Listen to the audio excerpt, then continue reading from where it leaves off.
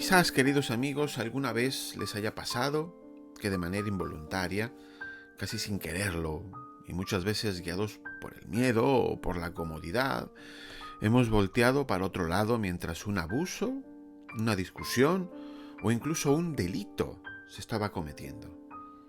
¿Cuántas veces nos hemos dicho a nosotros mismos, mejor no meterse en líos? Ya vendrá otro, ya llamará a otro, ya le ayudará a otro. Y después viene esa molesta sensación que nos dice que hemos hecho mal, que tendríamos que haber intervenido, que nuestro deber cívico es auxiliar al que lo necesita. E incluso estoy absolutamente seguro que la mayor parte de las veces la gente, si puede, ayuda a sus semejantes. Pero cuando fallamos, ay amigo, cómo duele. Qué duro es confrontar esa parte oscura de nosotros mismos.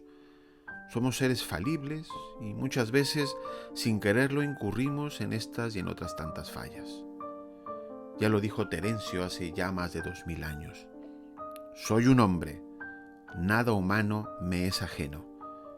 Y precisamente de algo muy humano hablaremos hoy en estas notas con música, que es como hemos decidido llamar a este espacio.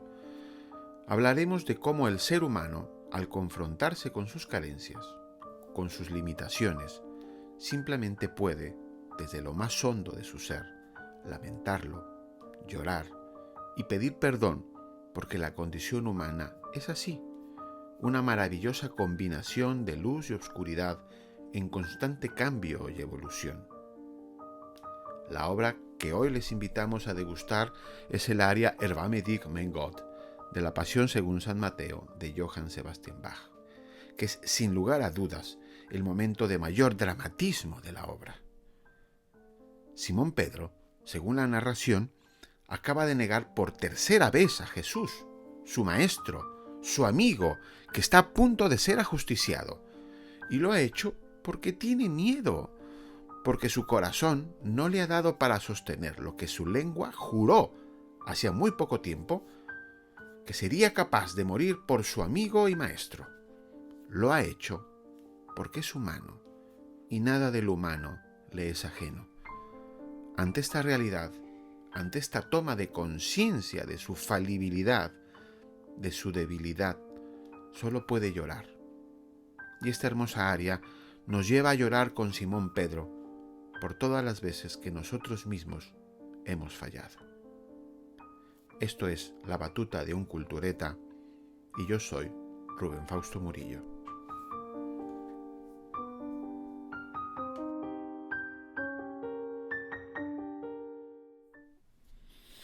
¿Qué tal, amigos de La Batuta de un Cultureta?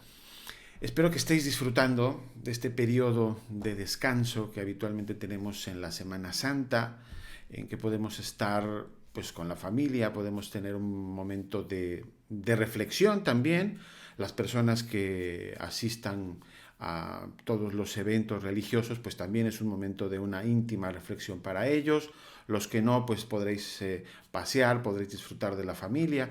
En fin, es un periodo de una semana, algunos afortunados, otros solamente el puente, ¿no? de los días a partir del Viernes Santo, sábado, domingo, lunes en algunos casos también, feriados, en fin, es un momento en que nos detenemos. Y por eso hemos considerado aquí en La Batuta de un Cultureta que podría ser acertado colocar esta maravillosa aria de la Pasión según San Mateo. Ya en sí, la Pasión según San Mateo es una obra realmente asombrosa, es una pieza muy especial, ya inclusive dentro del catálogo de Johann Sebastian Bach, y que esto se refleja inclusive ya en la sola partitura física, en el original que dejó el maestro. Es un original que Johann Sebastian Bach mimó mucho al momento de escribirlo, con varias tintas. Por ejemplo, el texto bíblico lo puso en tinta roja, alterna también con tinta negra y tinta azul, lo que nos da ya a entender que es una obra que él distinguía mucho del resto de su obra, que es una obra que podremos decir quería que trascendiera en cierto sentido a la posteridad. Tomándonos con papel de fumar esto del término de la posteridad, porque en la época de Bach esto de trascender la posteridad no tienen absolutamente nada que ver con lo que entendemos nosotros, no es Beethoven.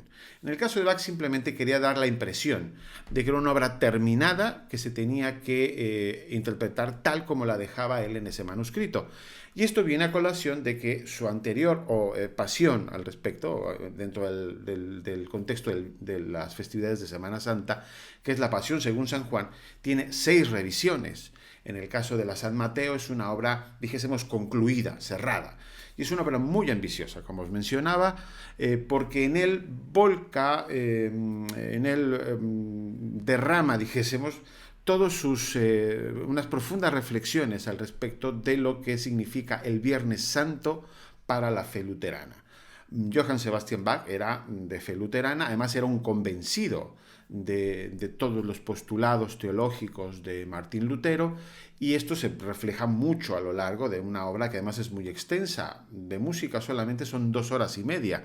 Imaginaos, esto está pensado para ser ejecutado en la tarde del Viernes Santo en un oficio donde se ejecuta la primera parte de la Pasión, que arranca en el momento en que la Magdalena unge a Jesucristo con sus cabellos, recordaréis aquella escena, y termina en el momento en que prenden a Jesús en el huerto de Getsemaní. Ahí se detenía la música y procedía el pastor a dar su homilía. Después de esto continuaba a partir del prendimiento y la muerte, el sacrificio de Jesús en la cruz.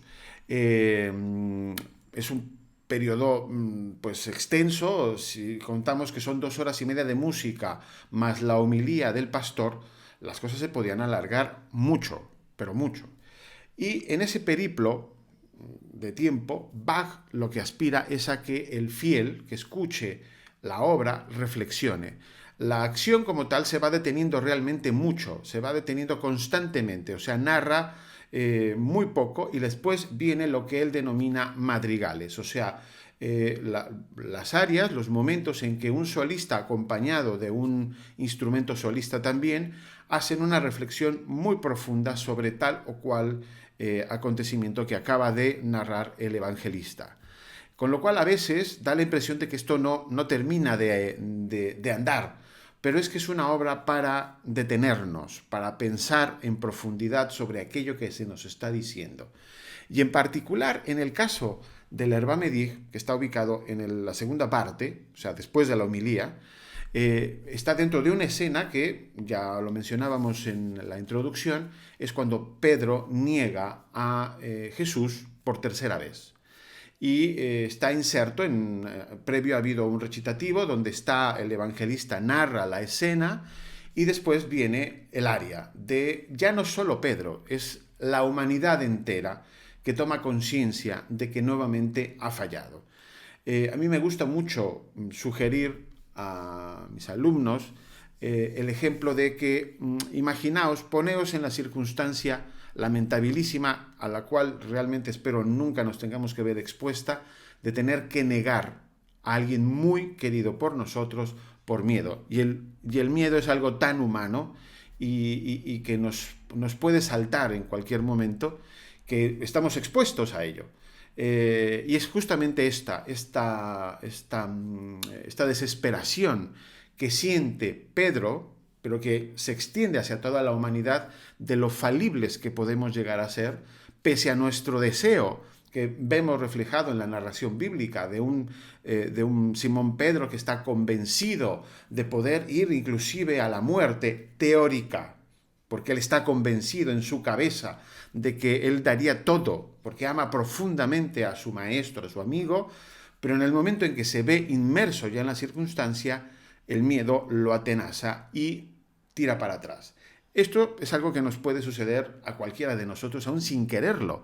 Y eso es con lo que juega Bach, con ese deseo de perdón, partiendo también de la base del postulado teológico de Martín Lutero. Martín Lutero, uno de sus grandes postulados teológicos es que la condición humana por sí misma no es redimible. O sea, el ser humano no tiene la posibilidad de, por sus obras, redimirse y ser grato a los ojos de Dios, como podemos pensar, por ejemplo, los de fe católica, sino que es más bien por pura gracia, o sea, Dios en su magnanimidad, pese a que somos personas, bueno, seres falibles, con una serie de defectos terribles a los ojos de los luteranos, pues nos salva. Entonces, ese deseo de perdón, esa súplica, se entona en esta área, que además está llena de elementos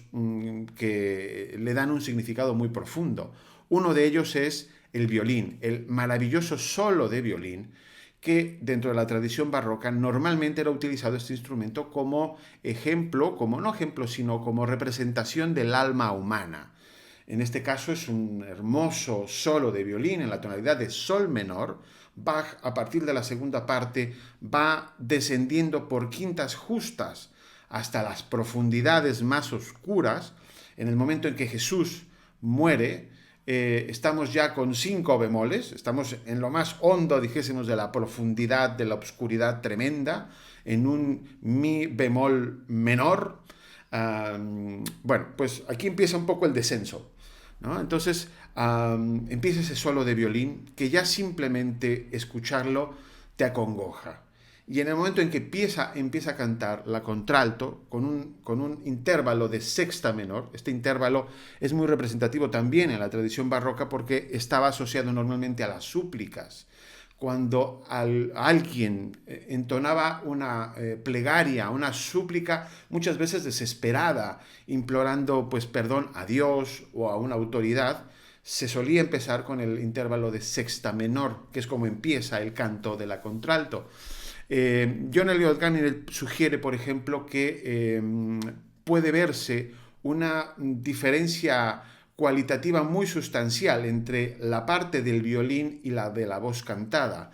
La parte del violín es una una melodía muy ornamentada, realmente muy hermosa, sobrecogedora, y John Eliot Gardiner sugiere que la parte vocal intenta igualarse a ella, pero en el momento en que es tan humana, o sea, en el momento en que está siendo cantada por un ser humano, no logra esas alturas de expresión.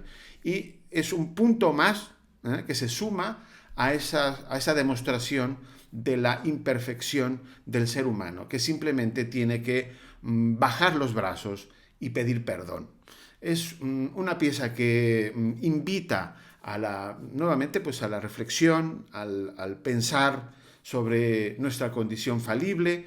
Algún insigne escritor español recientemente pues ponía en contexto también esto, sobre que, por ejemplo, en el contexto de la guerra, te puedes encontrar al mayor canalla, ¿no?, haciendo cosas maravillosas por sus semejantes, y a la inversa, ¿no?, a personas que tenemos por ciudadanos encomiables, por personas de bien, que por pues circunstancias empiezan a mostrar su lado oscuro.